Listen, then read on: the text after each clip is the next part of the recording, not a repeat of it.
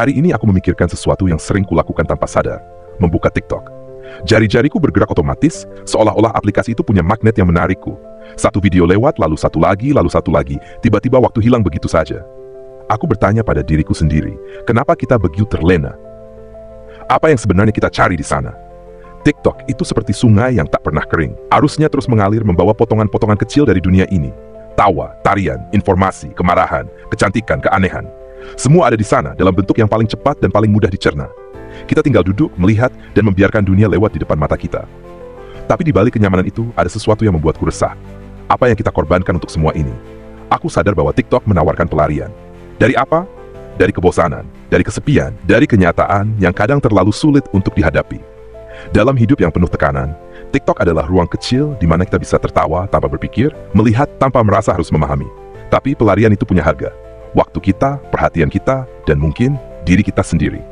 Aku berpikir lagi, mungkin kita terlena dengan TikTok karena ia membuat kita merasa ada. Setiap video yang kita lihat, setiap komentar yang kita tulis, setiap like yang kita berikan, semua itu memberi kita ilusi bahwa kita terhubung dengan dunia, bahwa kita adalah bagian dari sesuatu yang lebih besar. Tapi apakah itu benar? Atau kita hanya berputar-putar dalam kesunyian yang dihiasi suara dan gambar? Lalu ada soal dopamin.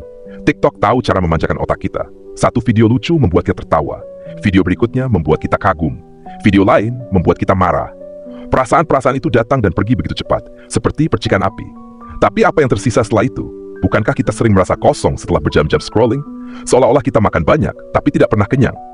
Aku jadi bertanya-tanya, apa yang sebenarnya kita cari di TikTok? Hiburan, informasi, atau mungkin pengakuan bahwa kita tidak sendirian? Video-video itu, meski singkat, membawa kita ke kehidupan orang lain. Kita melihat wajah-wajah yang cantik, kehidupan yang sempurna, atau kelucuan yang spontan. Tapi bukankah itu semua hanya potongan kecil? Bukankah kita tahu bahwa di balik layar, hidup mereka juga penuh masalah? TikTok itu seperti labirin. Kita masuk untuk mencari satu hal kecil, hiburan singkat, tapi malah tersesat. Kita tidak pernah tahu kapan harus berhenti. Karena selalu ada video lain yang menunggu. Selalu ada sesuatu yang lebih menarik di bawah sana. Kita menunda-nunda hidup kita sendiri demi sesuatu yang sementara. Demi ilusi bahwa kita sedang melakukan sesuatu. Aku bertanya lagi, apakah TikTok itu musuh? Tidak. Mungkin TikTok hanyalah cermin. Cermin dari diri kita yang gelisah, dari diri kita yang takut diam, takut menghadapi kekosongan. TikTok hanya memberi kita apa yang kita minta, pengalihan, hiburan, pelarian. Jika kita bisa terlena di sana, mungkin bukan salah TikTok, tapi salah kita yang tidak tahu kapan harus berhenti. Jadi hari ini aku mencoba untuk sadar. Bukan untuk berhenti sepenuhnya, tapi untuk bertanya setiap kali aku membuka aplikasi itu. Apa yang sedang aku cari? Jika aku tidak tahu jawabannya, mungkin sudah waktunya untuk menutup layar dan kembali ke dunia nyata.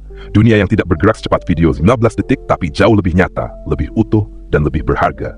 Karena mungkin di balik layar TikTok yang begitu ramai, kita hanya sedang mencoba mengisi ruang kosong di dalam diri kita sendiri.